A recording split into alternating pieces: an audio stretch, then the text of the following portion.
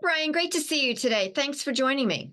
Oh, always a pleasure. Good to see you as well. So let's dig into TikTok. Why not? Everyone else is talking about TikTok. So I thought we'd get into it, but a different take on the topic. I want to talk about age verification. Yeah. So it's your specialty. It seems to be an issue on TikTok, regardless of who you talk to. So let's explore that a little bit if you're up to it. I'd love to because age verification is important across so many different industries, TikTok being one I think people are rightly concerned about. So let's give it a little bit of context. So of course we don't know the status of TikTok in the US. We know that there is a 90-day extension for related parties to work out ownership. So let's assume that there will be a resolution and TikTok will be, well, it's active now. It was gone dark for a hot minute, but now it's open and available for users to participate. But the topic of age verification is one that is contentious. So first of all, you have to be 13 in order to get access to the platform. Yep. First question is, how do you prove your age when 13-year-olds don't have driver's license? So there's no government issued ID to verify age. Look, there are companies out there that are doing it through parental consent. And part of that parental consent is proving who they are in a relationship to the child. Now, it sounds cumbersome, and it might be, but to protect a 13-year-old, name a parent who probably wouldn't want to do that. Mhm. So I think that there's a big kind of argument or debate right now over privacy, protection, and profit. And I think that, we need to make sure that businesses are really cared about protection and privacy. And I think a lot of parents are behind that. But if you're a 13-year-old and you really want to get access to TikTok, is it a requirement that your parent allows access, or can you establish an email address and self-report an age, which is Yeah. 13 if you're not 13, and get access?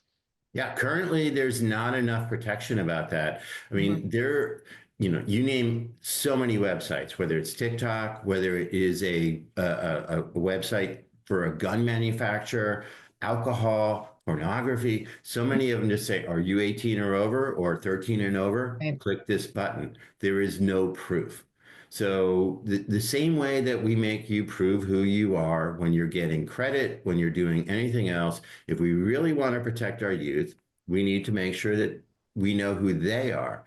And so much of the self-reporting also requires, well, who are you? Where are you? What are you? And again, you're giving away information that allows you to have your identity stolen later in life or Right. now or whatever. So in my mind, yeah, let's make it a little bit difficult because to me it's worth it for the protection. So let's move on now to 16 and 18-year-olds, because there are certain things that you have to be 16 or 18 to Mhm. do on the platform, including going live. So there are different parameters. That Yeah. going live, meaning broadcasting your opinions or whatever it is you want to do in front of an audience, requires certain proof of being 16 or 18 years of age. I've Mhm. done some research on that. I've looked at different TikTok going live people, those who are trying to get followers, who said that the process is really very cumbersome. There are three ways to do it. You can have a picture taken of your face, and Yeah. there's technology that basically says you look like you're of age. There's the driver's license presentation that you then get a code that you have to put the driver's license and the code for facial recognition and a picture to be taken. Or there's the credit card authorization, which is also a third proof. Everyone says it takes forever. People say that Mhm. it is often very cumbersome, that they're not able to do what they want to do for weeks at a time. And the recommendation is to take your chance with technology and have your face recognized and go with that. What is Yeah. your view on those three options and the process itself? Well, if you go through each of them, right? So using a picture to project your age gives a range. right? I mean, they can't say you were born on April 17th. Right. They don't know when it was. So again, what are they going to catch? Right. And then the other thing that always worries me about that is deep fakes are getting really good. I have no Yeah. idea how well that technology works against a deep fake.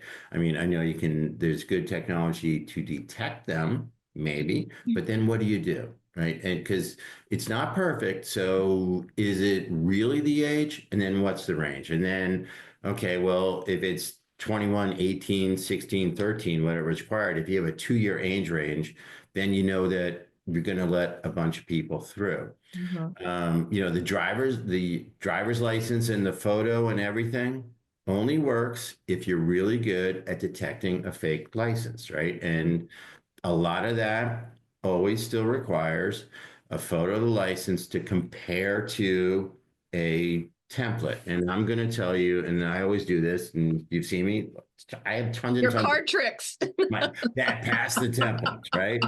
So, okay. So what do we do after that? Right. And then, the credit card thing, it's like money in, money out, right? They're Mhm. going to drop some money in and pull it back out.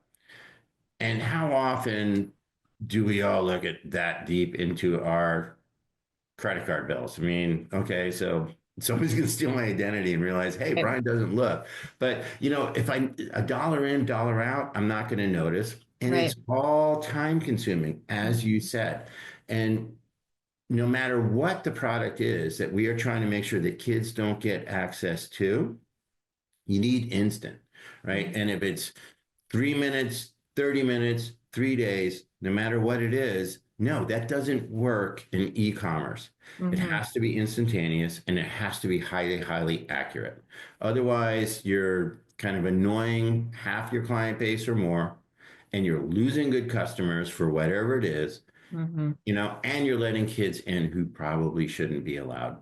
Yeah, a lot of the complaints were legitimate users who are trying to go live or to take the Mhm. next step Yeah. with their business relationship with the platform and are frustrated because it takes so long. Why does it take so long? Why does it take 3 weeks or 30 days for this process to work itself out? Yeah, and it's interesting that you sent me that video, which Mhm. I was interesting to see that woman who had gone through it and said it took that long. I think it's because of what they're using, and they don't have authoritative data to figure out immediately if it's right. So they're looking at all these other things, and how do we triangulate and look at other factors that might say, hey, that was Brian, and I'll always go back to first step, most important. If you can be sure with, 95 plus, I'm just going to give that number out there, accuracy, then you're pretty good, right? I don't think there's nothing that's perfect. Right? Let's just set that base right now. Mhm. There's nothing that's going to be perfect. I don't care if you're going straight to the DMV through DLDV. There's enough information that has been hacked that you can pass that.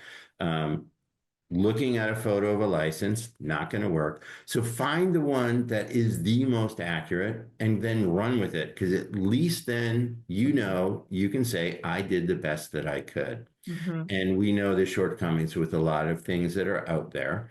And if it's taken 3 weeks, 3 months, I don't care what your business is, you've lost good customers. Yeah. Doesn't. Are you concerned with the 13 to 16-year-old group and how those individuals, are or are not being age verified, or the 16 to 18-year-olds who are or are not being age verified? I mean, to your point, who's the most vulnerable here? What scares me the most is we're seeing so many kids with like depression and anxiety. And we're giving more and more drugs to kids to combat that. And I do think a lot of that has to do with social media. You can see sort of almost a correlation of social media booming and these anxiety levels. And, when you're a 13-year-old and you don't know really what's up from down, and I've had these conversations when my kids were 13, and I certainly look back to when I was. And at my age of 13, I didn't have access to this. Right now, you can see so many things that I Yep. think are horrifying for a 13-year-old to see.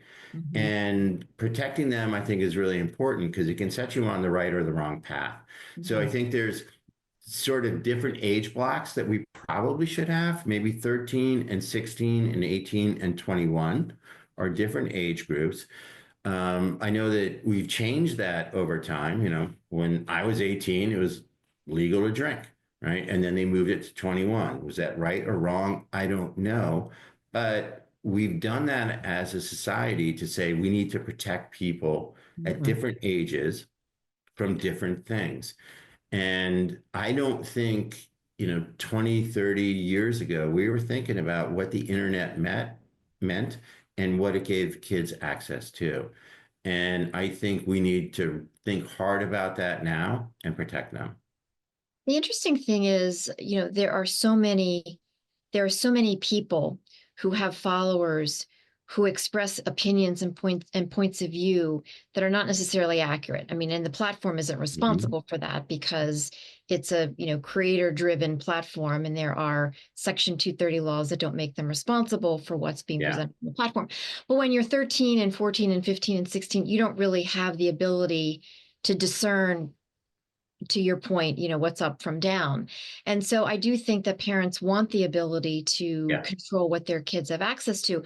But what I'm hearing from parents is that, they will, their kids just keep doing new email addresses to get access because Yeah. they'll say that they're 16 and they're really only, 13, and they get kicked off the platform and then they just do another email address to get, Mhm. so there are these different periods of time where they're active, inactive, active, inactive, but they still have access to the platform. Yeah, well, Karen, you make a really good point because there is no control over creating, how many Google, Yahoo, Hotmail emails do you want? You can just go create them and keep coming back in. So, I think it's incumbent upon both parents and the platforms to figure out what do we want to do. Because I don't think we want any 13-year-old seeing some of the really horrific things that you can Right. see, on the web, and honestly, through any one of the platforms, there's a lot of bad stuff on there.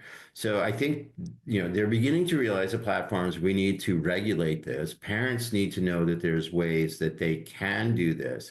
And then I think, the Child Online Privacy Protection Act had really good intentions, Mhm. but it also was written at a time when there wasn't technology available to do the things that we need to do to protect the kids. So I think that, Congress needs to go back and look at that law and say, how do we strengthen it? Knowing what we know today, how do we give it some teeth so that what we intended to do can be enforced? What would you say to the administration if they ask for your advice? Oh, prove, right? Trust but verify. You can go back to all these things that have been said, put in things in place. And I'm saying that across everything. Like, have state laws changed that's changed the fact that all that it requires is a visual inspection of the license, which means that is it a personal visual inspection or comparing to a template? They don't work. We know it. Law enforcement says the fakes are too good to just look at them and figure out if they're real. So figure out how can you make sure that we can put teeth in the things to say we're really, really, really sure that it's Brian and not Brian's kid. And I think parents would appreciate that. And I think TikTok would be Mhm. a healthier platform as a result. I mean, as I said, it's hard to know where things will stand. I have a feeling that things will end up working out and TikTok will continue to exist Yeah. in the United States, for sure. But with these protections in place, I think is a healthier outcome for the platform. Brian, thanks as always. A great conversation. Thank you. Pleasure talking to you. I appreciate it. Thank Bye you. now. Bye bye.